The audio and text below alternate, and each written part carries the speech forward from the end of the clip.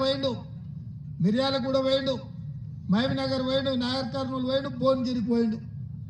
ఆయన బస్సు యాత్ర చూస్తుంటే, ఆయన ఎక్కేది దిగేది చూస్తుంటే వెంకడికెవడో తిక్కలోడు తిరునాళ్ళకు పోతానంట, ఎక్కనిక దిగనికనే సరిపోయిందంట. కేసీఆర్ బస్సు యాత్ర కూడా నలుగురు వాటి ఎక్కియాలి, ముగ్గురు వాటి దించాలి. ఆయనను ఏం పని మీద పోయినో ఆయనకే తెలుస్తలేదు, నన్ను తిట్టుకుంటే తిరుగుతుండు. 10 ఏళ్ళు ముఖ్యమంత్రి ఉండి నువ్వేమన్నా చేసి ఉంటే నువ్వు చేసింది చెప్పుకో. 100 రోజుల్లోనే 5 గ్యారంటీలను అమలు చేసిన మమ్మల్ని ఇవాళ నువ్వు తిట్టుకుంటే తిరుగుతున్నావంటే నీ దివాల కోరతనం, నీ చేతగాంతనం కళ్ళకు కట్టినట్టుగా అనిపిస్తుంది.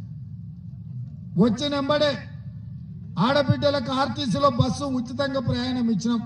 మా అక్కలను అడుగుతున్న, ఉచిత బస్సు ఉంది కదా అక్క, ఎక్కడికి పోయినా, అత్తగారింటికి పోయినా, అమ్మగారింటికి పోయినా, బిర్లా మందిరం పోయినా, యాదగిరిగుట్ట లక్ష్మీ నరసింహస్వామి దగ్గరికి పోయినా, భద్రాచలంలో రాములవారి తలంబరాలు చూడబోయినా ఆడబిడ్డలకు 1 పైసా ఖర్చు లేదు, బస్సులో ఉచిత ప్రయాణం.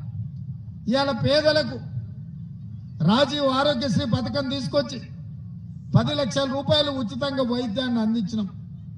ఇదే కాదు, కష్టపడ్డ పైసలన్నీ సిలిండర్ పేరు మీద దోసుకుంటుంటే 1200 రూపాయలు పెట్టి సిలిండర్ కొనలేక కట్టెలపై కష్టాలు మళ్ళీ వచ్చేటట్టుంటే ఆడబిడ్డల కష్టాలు తీరవానికే 500 రూపాయలకే ఇవాళ ఆడబిడ్డలకు సిలిండర్ ఇచ్చి 40 లక్షల కుటుంబాల్ని రాష్ట్రంలో 100 రోజుల్లోనే ఆదుకున్న చరిత్ర మన కాంగ్రెస్ ప్రభుత్వాన్ని. ఇదే కాదు, పేదోళ్ళ ఇళ్లలో కరెంటు బిల్లు చూస్తేనే కరెంటు షాక్ కొట్టేటట్టు ఉంది. అందుకే వాళ్లకు 200 యూనిట్లు పేదవాళ్లకు ఉచితంగా కరెంటు ఇచ్చి పేద కుటుంబాలను ఆదుకొని ఇవాళ పేదవాళ్ళకి ఇండ్లు కట్టుకోనికే 5 లక్షల రూపాయలు, 4,50,000 ఇండ్లు, 22,500 కోట్లతోటి